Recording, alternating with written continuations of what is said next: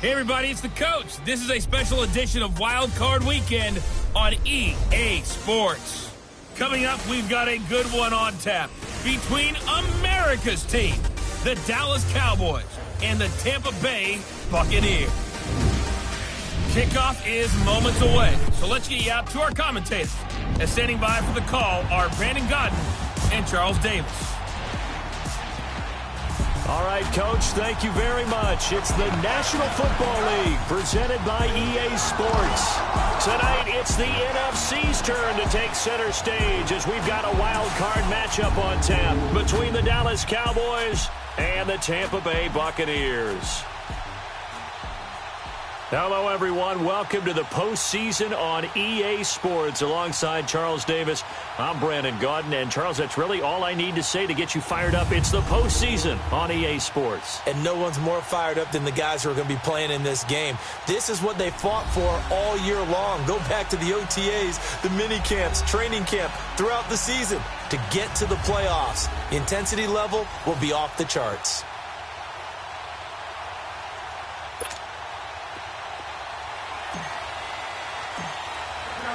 Winner go home is the mantra, and off we go. We're underway in this NFC wildcard game.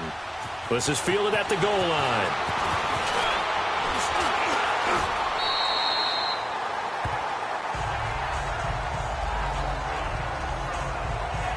So out come the Bucs now for their first drive. And we get a glance here at their leader, the man who will be calling the plays under center. And what I enjoyed watching this week when we had a chance to watch them at practice, the easy camaraderie that he has with his offense. A lot of respect. A lot of respect, and frankly, I thought it spilled over to the defense. I thought the defensive guys were coming over and teasing and joking with him. You can tell they respect the heck out of him and really want to play well for him. First carry for Carlos Hyde. And he'll get about 3 here as he's out to the 30. Well, I think that's what they're going to need to do here in the first half. You've got to take some pressure off of this young quarterback, and no better way to do it than to establish the running game early. On second down, Hyde. And he'll take this up near the 35, maybe the 34. Travis Carey there to make the tackle. A quick burst there, and he nicely bit off a pretty decent gain.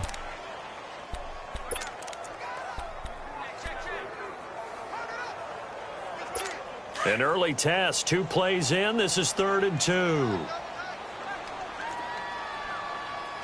down. Set. Blue line.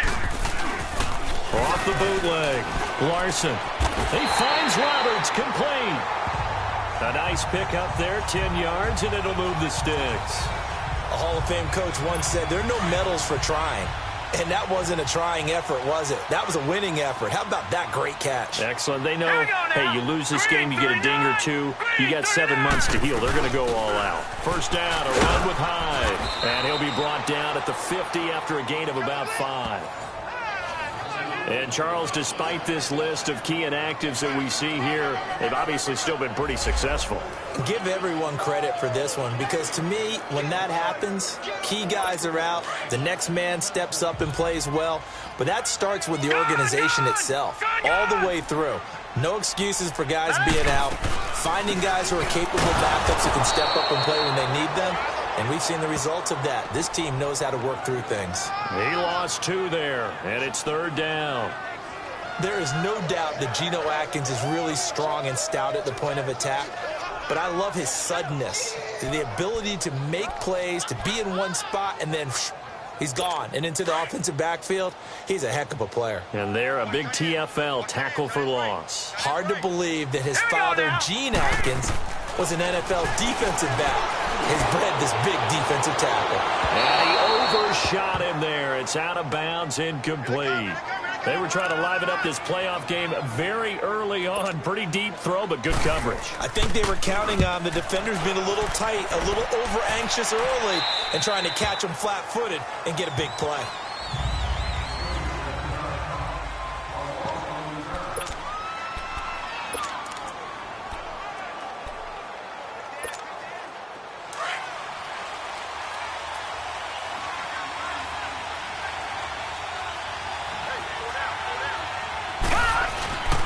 Now the Georgia Southern man, this is Jerick McKinnon.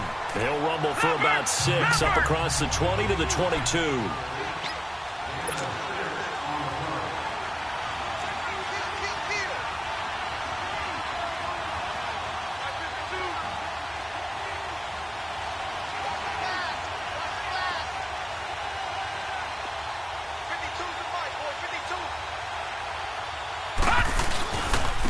Here's McKinnon.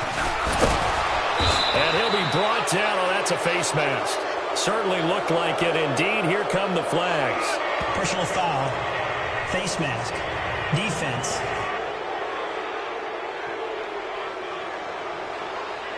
Officials so cognizant of that call nowadays, but that one looked pretty easy. Yeah, you're right. They took out of their hands having to wonder whether it's a 5-yard or a 15-yard inadvertent or not. Now, it's a lot easier. You see it, you call it.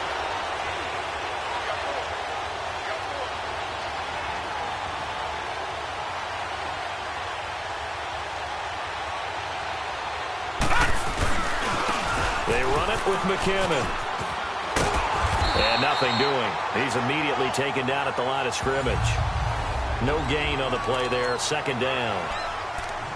And as a defensive end, getting off the ball quickly, swarming to the football, making a tackle. That's what we saw right there. Yeah, and that's what their job is. And really, a lot of the time, they have to throttle back a little bit in the run game because you know those defensive ends, they're like in a sprinter stance. They're just headed straight for the quarterback. That was good recognition on that play to hold him to no gain. Looking left side, and he's got a man. That's Larson. And he'll work it across midfield inside the 45. They give him 13 yards there on the play and a fresh set of downs. And just a small glimpse there as to why they like this rookie so much. And that's why they lit up a little bit in our meetings with the coaching staff. Yeah, when we talked about him, they did. Yeah, you know, they like his work ethic. You know, this guy's running every route well in the route tree and getting better at it all the time. Really honing his game. They expect a pretty good jump out of him as things continue to move on. Call it no gain on the play, and it'll be second down. I know the scouting report on him is that he doesn't possess the eye discipline to be an elite linebacker. And what that means is his ability to read, react, and make a play. But on that one, he looked like one of those guys.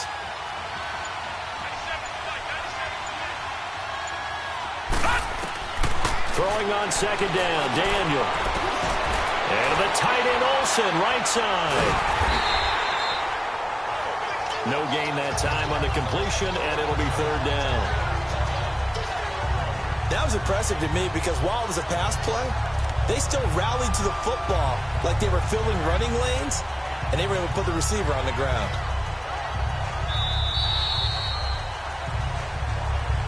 Sitting alongside Charles Davis, I'm Brandon Gaudin, as it is Cowboy football to begin quarter number 2. They've got it 3rd and 10 here to start things out.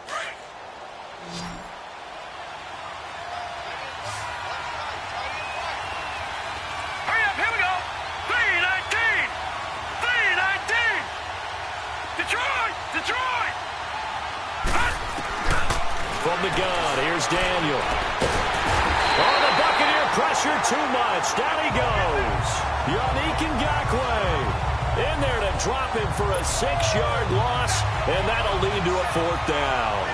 We said it before the game, and I think it's still apparent. If these guys are going to advance in these playoffs, they're going to have to wreak some havoc coming off the edge. Yeah, wild card round. They told us the wild card could be that defensive pressure. They showed it there.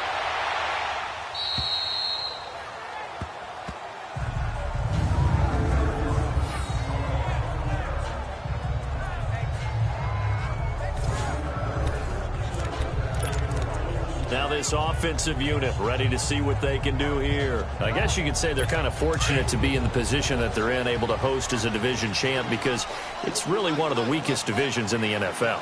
And there's often the discussion every time, right, that 4th seed, should they actually be hosting? Because sometimes it turns out that division winner has a lesser record than wild card teams that get in, and some people think that'd be a more fair way of doing things.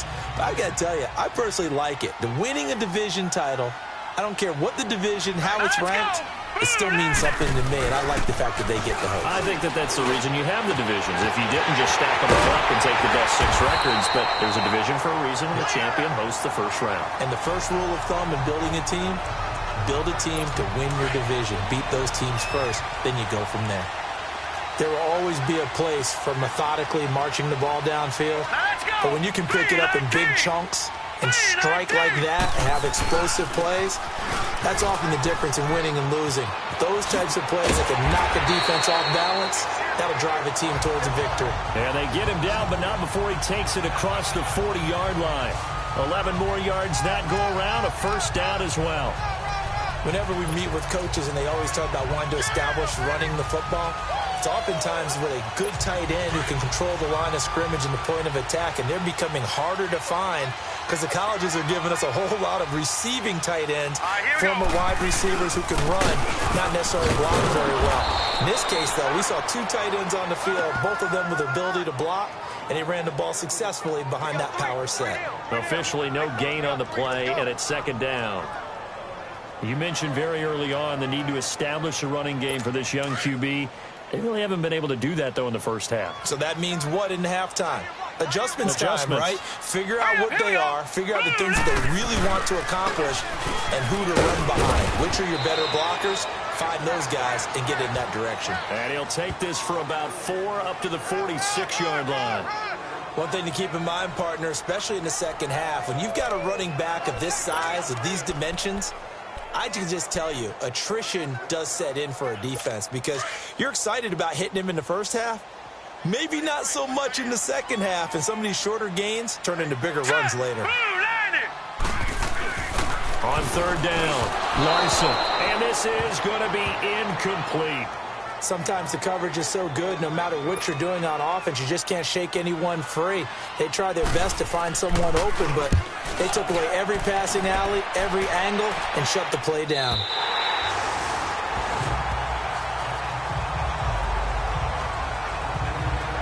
And now Dallas gets set to take the field. The crowd may be losing just a little bit of the edge after back-to-back punts. They want some big plays. They want to see some offense. They want to see somebody break away, whether it's through the air or on the ground. Now it'll be interesting to see where the patience is on both sides. Each head coach, can you hang in there and not try and force something that could put your team in some jeopardy? Now Daniel on first down. And they've got the hook up. This is Olsen. And they'll get him down right at around the 11-yard line. Just a yard on the catch there. It'll be 2nd and 9.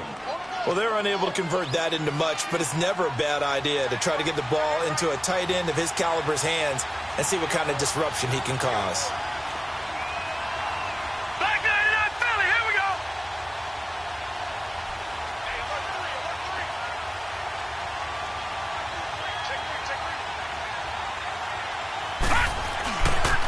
McKinnon.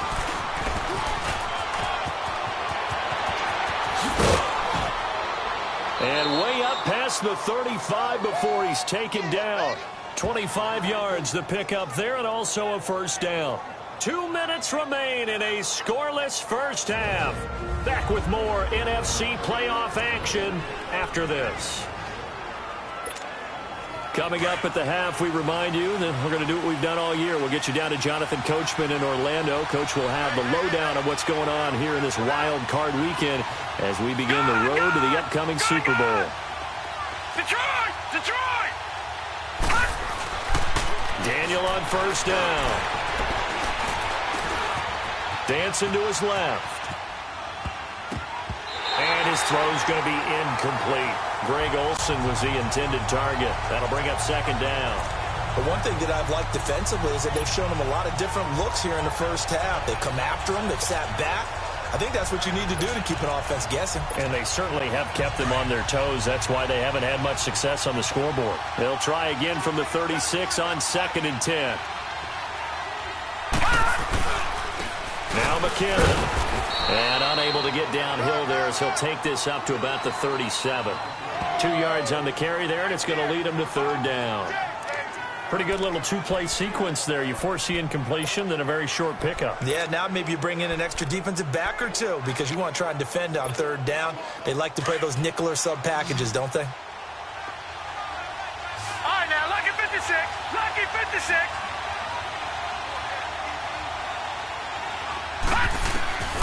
Throwing on third down, Daniel. He's got his running back, LaShawn McCoy. And taking it across midfield and inside the 45. He goes for 18 there as the drive will continue. First down now, but that clock rolling. Gone, gone! Gone, gone! Detroit! Detroit! Gone, gone! Gone, gone! Gone, gone! Gone, gone! On first and 10, Daniel. Flushed out right. He'll wind up getting 9 after tucking it and running, so it'll leave him with second and a yard. Okay, he's not going to get the first down, but this is still a nice job of buying some time and then running to get to the sideline and get out of bounds and avoid the big hit.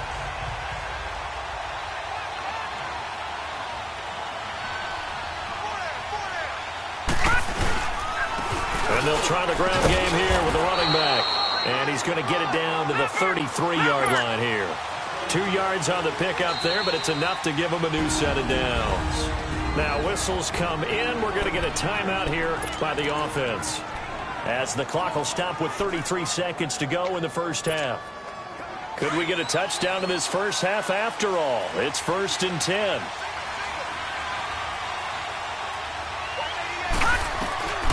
On first down, Daniel. Throw left side complete. That's Larson. And he'll go down at the 28. 5 yards on the catch there, brings up second down.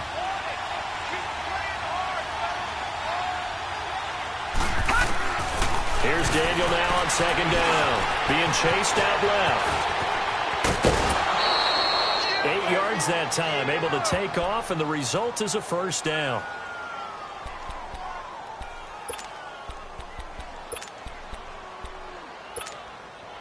A first opportunity in the red zone for the Cowboys. First and 10 right at the 20. Gone, gone!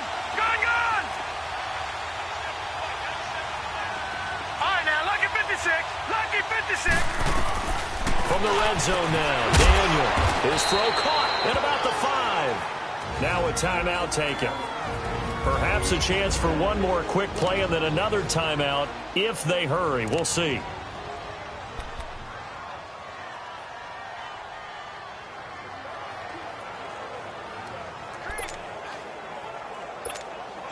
So even though it's first down, here's the field goal unit on now to try to get 3 before halftime. From the right hash at a bit of a tight angle. And Bailey able to knock it through. And the Cowboys are going to jump out to a 3-0 lead. Now the drive ends in just 3, but they'll take it. Looks like they'll head to the locker room, barring something unfortunate, in front on the scoreboard. Yeah, they may not be jumping up and down and celebrating because they have the lead, but still, any little momentum in a game like this is important to a team, and they'll feel real good about going in and regrouping, knowing that they are out in front.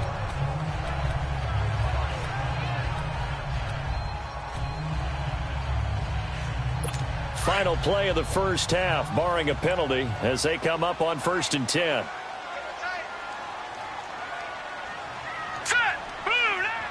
And with time running short here, they'll simply take a knee, and that should do it for half number 1. So we come upon halftime here in this NFC wildcard matchup as we toss it an hour or so east of here to Orlando. It's Jonathan Coachman with our EA Sports Halftime Report. Okay, Brandon, thanks very much. The second of our 2 games here on this wildcard Saturday is at halftime. We'll get back to you two in just a second. But first, let's take a look ahead to Sunday's action in the NFC. A 3-6 battle that ought to be a good one, as it'll be the Philadelphia Eagles matching up against the San Francisco. An abbreviated halftime show as we get rolling to quarter 3. One of these 2 teams about to play their final half of the season as we're back at it in this NFC wildcard bout. That's fielded in the end zone.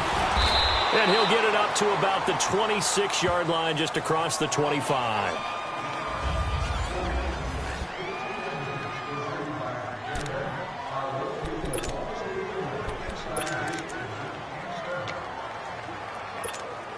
Out come the Cowboys now as they'll go on offense first here in this third quarter. They have the lead, now they'll be looking to extend that lead.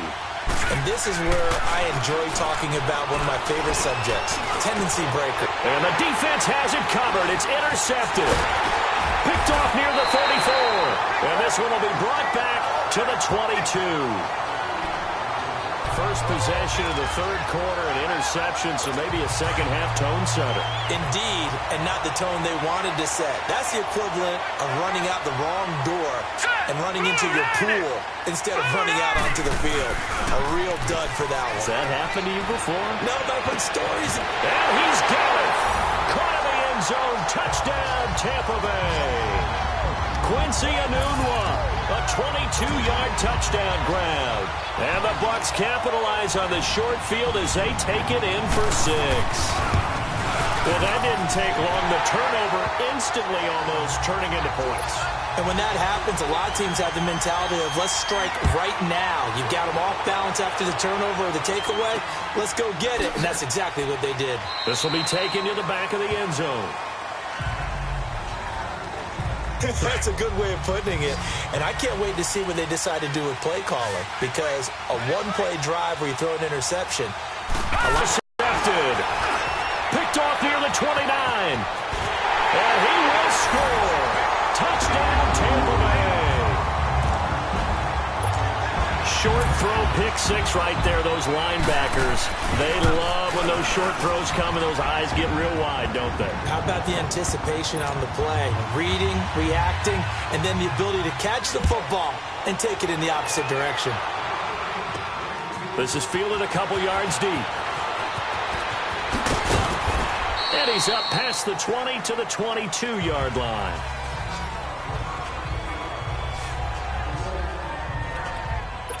And now Dallas gets set to take the field. And they just had that pick 6. I guess the only positive maybe of them returning that for a touchdown. This offense right back out onto the field to try to make up for it. I like that because now it doesn't give them a chance to go to the bench and really settle. You know, to sit there and kind of seethe over the idea that they turned the ball over previously. Right back out there. It's almost like hopping right back on the bike after falling over. See if they can get the ball moving again. Yeah, we'll see if they can do it here. All right, now, lucky 56. Lucky 56. Gone, gone. Gone, gone. On first down, it's Daniel. And nearly picked off. Surprising to see a defender of his caliber let it get away. But it does get away and it's second down. You know, despite the scoreline, I think they've got to like where they are here. They're on the road and just one big play away from getting right back in this game. I'm going to follow right along with you because the spot they're in now is a credit to their defense. They've kept them in it by making the plays that they've made, and that just means you're one big score away from being right back there. Now, the question is, can this offense step up and make that play? Because that's been an issue for them in this game. This offense in desperate need of a conversion as they come up on third down. Now Daniel. For Kidder here, it's complete. And he'll be taken down at the 46-yard line. They stop him for only 3 that time, and that'll bring up fourth down. They will go for it. It's Daniel. Firing quickly here, and that's complete. And he's going to have a first down as he's brought down at the 44-yard line. Give them credit. They knew what they wanted to dial up on fourth. They executed it for 9 yards, and the offense stays out there.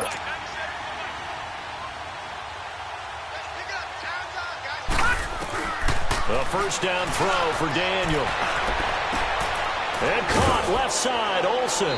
And he'll get it down on the play to the 37. 7 yards, the pickup on the pitch and catch. Able to get 7 on that first down pass play. 2nd and 3.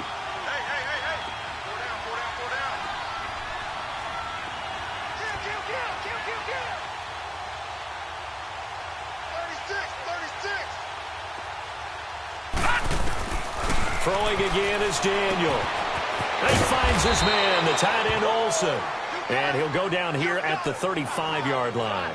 Oh, now Olsen slow to get up here. Still on the ground. Well, he gets attended to. We'll step aside. The offense on third down tonight, just 1 for 3 thus far. They're looking at third in the nose of the football. And they'll go with the ground attack here. And he's going to be taken down right at the line. Still in search of their first touchdown of the game, but they're on the move. 1st and 10. Watch it now, Barney.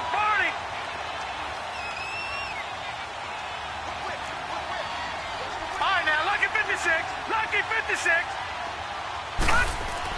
On 1st and 10, Daniel. Nowhere to turn here, and he's going to go down. Back at about the 37-yard line. Yannick Ngakoue in there to get him for his 2nd sack of the night. Leopard!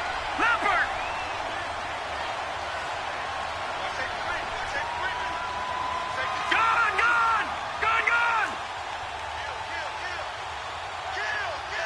Back 99 Philly, here we go!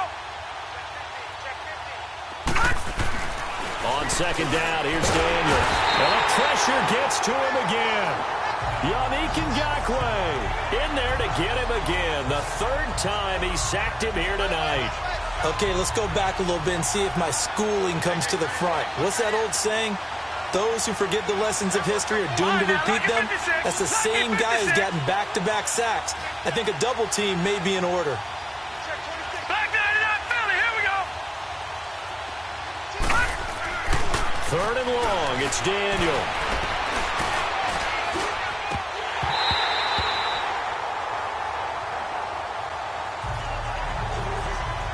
Before the game, they were running the route tree about as efficiently and effectively as we could have possibly imagined, but sometimes the passes just go awry. Yeah, let's face it, when you're running the route tree in pregame, you don't have defenders breathing down your neck. You don't have defensive backs making plays on the football. Hard to replicate the intensity of the game in pregame. I guess they figure they got to start taking some chances. Here's a big one in this 3rd quarter as he'll go for it on 4th down. Shotgun snap for Daniel. He'll rifle this one deep right side. And it's incomplete. They cannot convert, and they turn it over. Jason Garrett might be wanting to reconsider the decision to go for it there. And the Buccaneers defense holds, and they get the football back. The Buccaneers in good field position here to start out. 1st and 10. All right, here we go. Blue 90!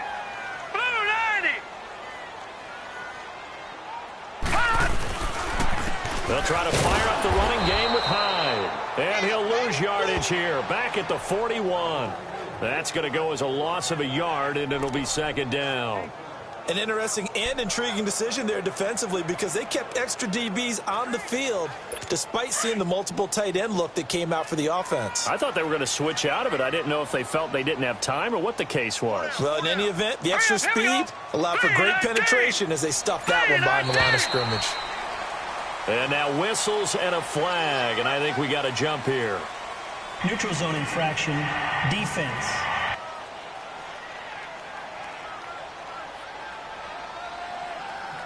A free 5 yards as the defense jumps. I know it's an anticipation game for them, but it's also a reaction game, and they reacted poorly on that one.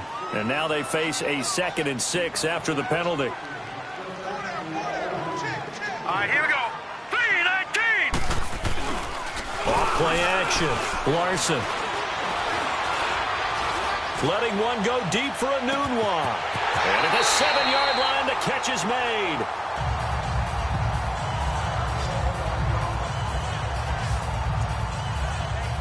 After the big play, a chance to finish now on 1st and goal.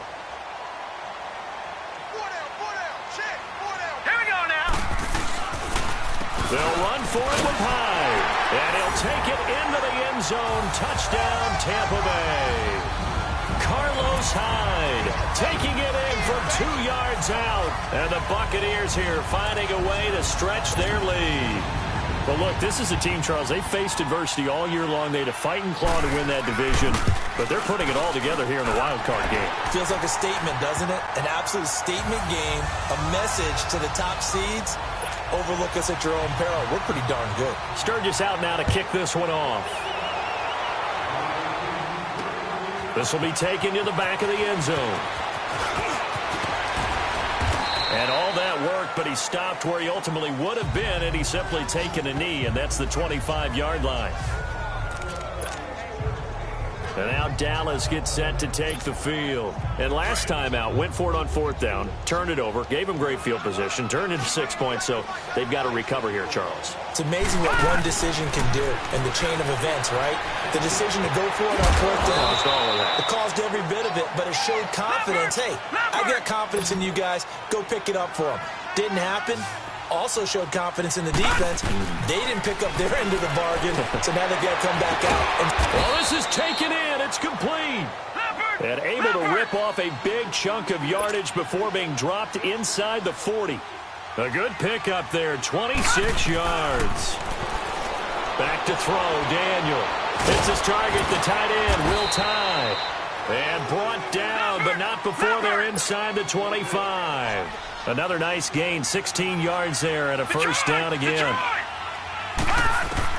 On first down, Daniel. And it's intercepted at the goal line. Picked off by Landon Collins. And it's a big turnover there on the final play of the quarter. Wait a second, they did not accept that after the incompletion. What? Your look is just as puzzled as mine. I got nothing for you here. You have to take that penalty, don't you? It's free yards. Back now here on EA Sports. It's the Bucs. They've got the football. They also are in front here on the scoreboard as we start the 4th. So the special teams penalty cost some yardage there as they come out on 1st and 10.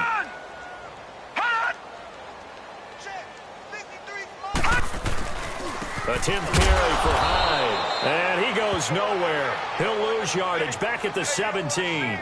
The loss of a full 3 yards, and now it's 2nd down. Well, Brandon, pace comes into play now because they've got the advantage. They've got the football, but they've got to be very careful about what speed they're going to play. You know, my music teacher back in New Paltz, Mrs. Bifema Bagley, used to say, don't go prestissimo when you really want to go largo. And what she meant by that is don't go too fast when you really want to go at a nice, slow, deliberate pace. I am speechless. I am without speech. Well, that looked like an example of what you said back in the first half. A running back of his size can really wear down a defense. I think he's starting to do that. I think you're exactly right. And know what else he's doing? He's inspiring the rest of his team because they see this starting to happen as well. So that means they're going to redouble their efforts to help him out. Extra blocking, getting downfield, helping him out. Run blitz there defensively, something we might see more of here in the 4th quarter. I think we'll see a lot of it, and the difference between that and a pass blitz, you're just trying to get to the quarterback. You're trying to scheme someone open who will get to the QB and make sure he gets on the ground. In a run blitz, you're actually trying to cover up gaps, trying to cover up holes so they can't run the football. To throw on 3rd down, Larson. It's complete to Jerome Brown. His first catch of this wild card game, and it's good for a first down. And looking to put this game on ice in the 4th quarter, but still not afraid to throw it as they show there. You want to play the game with confidence, and they have a guy who's in control right now. Their trigger guy, throwing it, they feel just as confident with him doing that as they would if they tried to run the ball and run the clock out. And able to push his way forward here for a good little gain. Cameron Hayward in on the tackle. I have to chuckle to myself a little bit, Brandon, because right now I could be in that huddle with that offensive line. I know exactly what they're saying. If you call a pass play here, we're going to call timeout. Run the football. We've got control of this thing. Get him behind us and let's go. Their time to shine. So it's Buccaneer football as we welcome you back. They've got a 3rd down now as they look for one more first down to help salt this one away.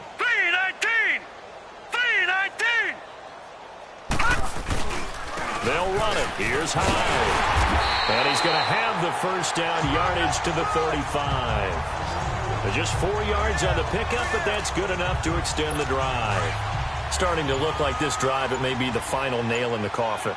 Well, this is why you work out so hard, right? This is why you spend all that time in the offseason. This is why you have those OTAs and minicamps. For these situations, these scenarios, to run someone into the ground and secure a victory.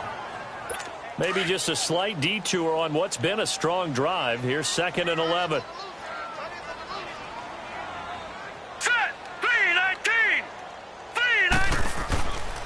They run with Hyde. He's been the bell cow tonight. And he'll get down to about the 26-yard line. They get 9 yards back on the run there, and they're left with a much more makeable 3rd and 2. But you got to give kudos to your offensive line and the guy carrying the ball because they were in a 2nd and long situation. It seemed pretty dire, but they brought it back to 3rd and manageable with that run. 3rd down, Carlos Hyde, down right around the 25. He needed 2, he got 1, and that's going to leave him with 4th down and a yard.